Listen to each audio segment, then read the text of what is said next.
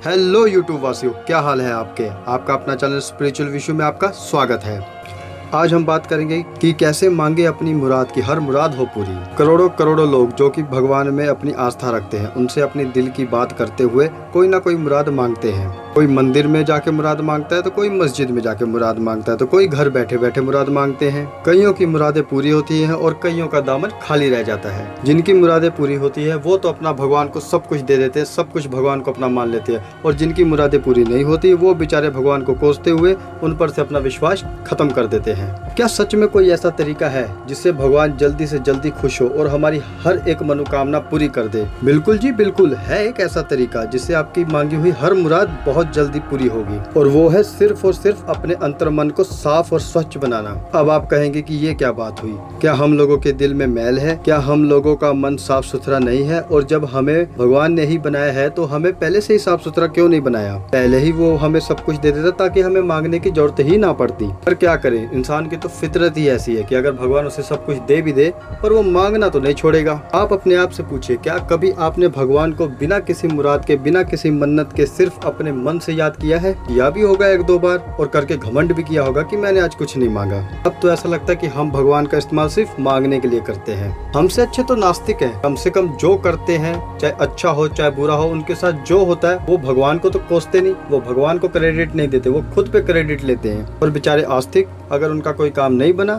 तो वो तो बस भगवान को ही कोसते रहते हैं। देखिए, भगवान तो बहुत बड़ी शक्ति है, बहुत ही बड़ी, हमारी तो समझ के भी बाहर है। अगर भगवान इंसानों की समझ में आते तो पंडितों से ज्यादा तो एल्बर्ट आइंस्टाइन, निकोला टेस्ला, ये लोग भगवान को अच्छे तरीके से समझ लेते हैं। ये एक दुनिया क्या, ऐसे ही न जाने कितनी दुनिया होगी जिनकी मुरादें वो परम पिता पूरी करता है। पर बात तो हमारे ऊपर है ना कि हमारे मांगने में दम कितना है। क्या हमारा मन सच में उतना साफ है जितनी बड़ी हमारी डिमांड है? हम मंदिर जाते हैं, मस्जिद जाते हैं, क्या हमारा सिर्फ शरीर ही मंदिर जाता है कि हमारे शरीर के साथ हमारा मन भी मंदिर जाता है? जाने को हम मंदिर जाते हैं पर हमारा ध्यान ऑफिस में होता है, हमारा ध्यान अपने प्रेमी प्रेमिका के ऊपर होता है। हमारा मंदिर भी जाना व्यर्थ है क्योंकि हमारा तो कुछ ना कुछ छूटा जा रहा है। और कई लोग तो मंदिर गए, उनको वहाँ पे कोई सुंदर लड़की दिख गई या कोई सुंदर लड़का दिख गया तो बस उनका तो मंदिर भूल ही गया वहाँ पे कि वो मंदिर में है कि कहीं और ही है। वो लोग तो भूल ही गए कि भगवान है कि नहीं है, कि भगवान कौन है। फिर ऐसे लोग शिकायत करेंगे कि भगवान ने दिया क्या है हमें, आखिर हमारी मुरादें क्यों नहीं पूरी हो रही। जो लोग मंदिरों में, मस्जिदों में, गुरुद्वारों में बहुत दान करते हैं, पर क्या फायदा अगर वो इंसान को इंसान ही ना समझे।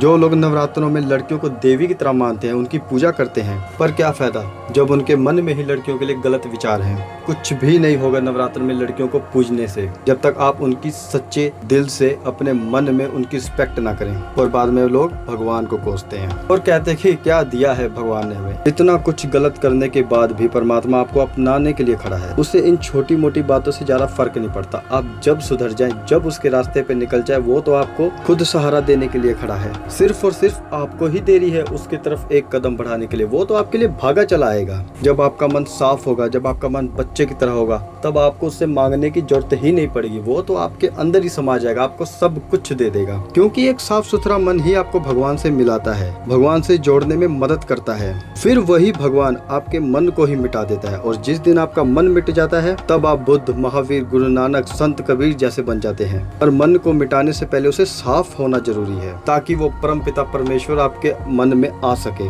इसीलिए मैंने कहा कि एक साफ मन की मुरादें पूरी होती है, क्योंकि जिसे भगवान मिल गया उसके तो खुद ही सब मुरादें पूरी हो गई। तू बंदिया कर वही जो खुदा चाहता है, फिर तू देख होगा वही जो तू चाहता है। आशा करता हूँ मेरी ये बातें, मेरी ये वीडियो आपको पसंद आएगी। कृपया मेरे चैनल को सब्सक्राइब कीजिए, लाइक कीजिए, कमेंट कीजिए, और हाँ, शेयर करना बिल्कुल मत भूलिएगा। धन्यवाद।